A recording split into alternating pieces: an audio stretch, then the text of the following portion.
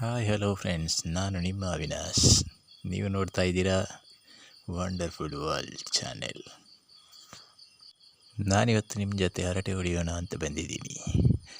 S, ಅದೇನಪ್ಪ ಅಂದರೆ, ಅದಕ್ಕಿಂತ ಮೊದಲು ನನ್ನ ಚಾನೆಲನ್ನು ಸಬ್ಸ್ಕ್ರೈಬ್ ಮಾಡಿಲ್ಲ ಅಂದರೆ ಪ್ಲೀಸ್ ಸಬ್ಸ್ಕ್ರೈಬ್ ಮಾಡಿ, ಫ್ರೆಂಡ್ಸಿಗೂ ಶೇರ್ ಮಾಡಿ. ಕನ್ನಡದಲ್ಲಿ ಒಂದು ಮಾತಿದೆ, ಮಾತು ಬಲ್ಲವನಿಗೆ ಜಗಳವಿಲ್ಲ, ಊಟ ಬಲ್ಲವನಿಗೆ ರೋಗವಿಲ್ಲ ಅಂತ.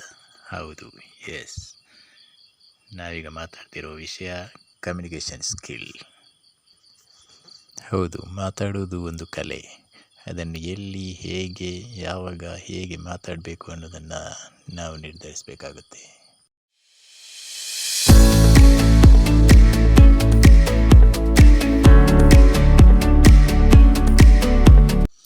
ವಿದ್ಯೆ ಇಲ್ಲ ಅಂದರೂ ಮಾತನ್ನೇ ಕೇವಲ ಬಂಡವಾಳ ಮಾಡಿಕೊಂಡು ಜೀವನ ಮಾಡುವ ಎಷ್ಟೋ ಜನರನ್ನು ನಾವು ನೋಡ್ತಾ ಇದ್ದೀವಿ.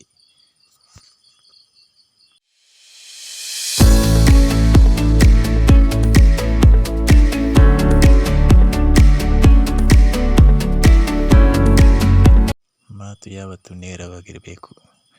ಎಷ್ಟು ನಾವು ಮುಕ್ತವಾಗಿ ಮಾತಾಡ್ತೀವೋ ಅಷ್ಟು ಬೆಲೆ ಜಾಸ್ತಿ. ಮಾತಿಗೆ ಒಂದು ತೂಕ ಇರಬೇಕು. ಹಾಗೆಯೇ ಅದು ಎಲ್ಲ ವಿಷಯಗಳನ್ನು ಒಳಗೊಂಡಿರಬೇಕು. ಹಾಗೆಯೇ ಅದರಲ್ಲಿ ಭಾವನೆಗಳಿರಬೇಕು. ಹಾಗೆಯೇ ಕ್ಯೂರಿಯಾಸಿಟಿ ಇರಬೇಕು. ನಾಳೆ ಇನ್ನೊಂದು ಟಾಪಿಕ್ನ ಜೊತೆ ಭೇಟಿಯಾಗೋಣ.